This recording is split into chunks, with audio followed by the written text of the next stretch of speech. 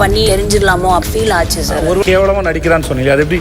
அதனால நடிக்கிற பேச வரனால என்ன வேணா பேசலாமா அன்ஷிதா? போடு பேசுனா நீங்க என்ன வேணாலும் பேசிடுவீங்களா அப்படின்ட்டு விஜய் சேதுபதி வீக்கெண்ட்ல வந்தவனே ராணவ் கை உடஞ்ச மேட்டர் தான் எடுத்து பேசுறாரு. அவங்க கை உடஞ்சு துடிச்சுக்கிட்டு இருக்கப்பையும் யார் யாரெல்லாம் பின்னாடி வந்து அவன் நடிக்கிறான் அப்படின்னு பேசுனது அப்படின்னு எந்திரிச்சு நிக்க சொல்றாரு. ஆசிஷலா கத்துனது வந்து சௌந்தர்யா, ஜெஃப்ரி, அன்சிதா இவங்க 3 பேரும் தான். ஏன்னா அவன் வழியில துடிச்சுட்டு இருக்கப்பவே வந்து அவன் நடிக்கிறான் அப்படிங்கிற மாதிரி சொன்னாங்க. ஜெஃப்ரியை வந்து செஞ்சே காமிச்சான், இல்ல அவன் இந்த பக்கம் விழுந்தான் ஆனா கையை இந்த பக்கம் பிடிச்சான், அதனாலதான் எனக்கு டவுட்டா இருந்தது அப்படிங்கிற மாதிரி சொன்னா. அந்த இடத்துல அருணும் விஷாலும் வந்து கன்ஃபெஷன் ரூம்ல போய் விட்டுட்டாங்க. ஆனா அவன் போனதுக்கு அப்புறமே கூட வந்து சௌந்தர்யா சில விஷயங்கள் சொன்னாங்க. அவன் வந்து உண்மையிலே அடிபட்டுனா ஓகே, ஆனா அவன் அப்படி நடிச்சிருந்தானா இதை விட உலகத்துல வேற கேவலமான நடிப்பு எதுவுமே இல்ல அப்படின்ட்டு ஸ்ட்ராங்கா சொன்னாங்க. இப்ப விஜய் சேதுபதி அதைத்தான் எடுத்து பேசிக்கிட்டு இருக்காரு.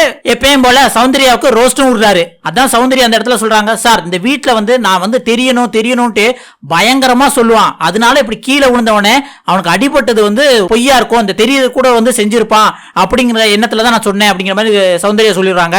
இது சௌந்தர்யாவுக்கு தேவைதான், ஏன்னா அடிபட்டாதானே திருந்த முடியும். ஏன்னா அந்த வீட்டுல முக்கால்வாசி பேத்துக்கு வந்து ராணவ் நடிக்கிறான்னு தான் தோணி இருக்கு. அதனால தான் அருணும் விஷாலை தவிர வேற எவனுமே தூக்கம் வரல. ஆனா அந்த இடத்துல வாய் விட்டது யாரு?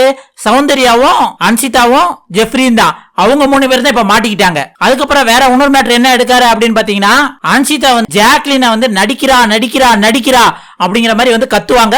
மஞ்சரியை வந்து நடிக்கிறாங்கிற மாதிரி கத்துவாங்க. ஏன்னா ஜாக்லின் கால்ல வந்து பயங்கரமா அடிபட்டு இருக்கும், அந்த இடத்துலயும் சொல்லுவாங்க. அதே மாதிரி மஞ்சரி கையிலையும் வந்து பயங்கரமா இறுக்கி அந்த இடத்துல அவங்களுக்கு கை பயங்கரமா வலிச்சிருக்கும், அதனாலே சொல்லுவாங்க. அத சேச்சி அன்சிதா என்ன நினைச்சாங்க அப்படின்னா, பொம்மைக்காக தான் நடிக்கிறாங்க, கல்லுக்காக நடிக்கிறாங்க அப்படின்னு நினைச்சிட்டு எப்பா எவ்வளவு பெரிய நடிகைன்ட்டு நிறைய இடத்துல ரெஜிஸ்டர் பண்ணாங்க.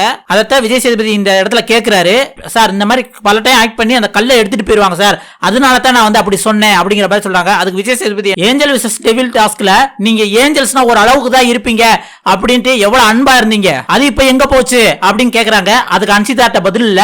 அதே மாதிரி வந்து சௌந்தர்யாட்ட என்ன சொல்றாங்க, இதே ஜெஃப்ரிக்கு அடிபட்டு இருந்தா ஐயோ பாவம் எல்லாரும் ஓடி வந்திருப்பீங்களா, அப்பனா ஜெஃப்ரிக்குனா ஒரு நியாயம், ராணவுக்குனா ஒரு நியாயமா அப்படின்னு கேக்குறாரு.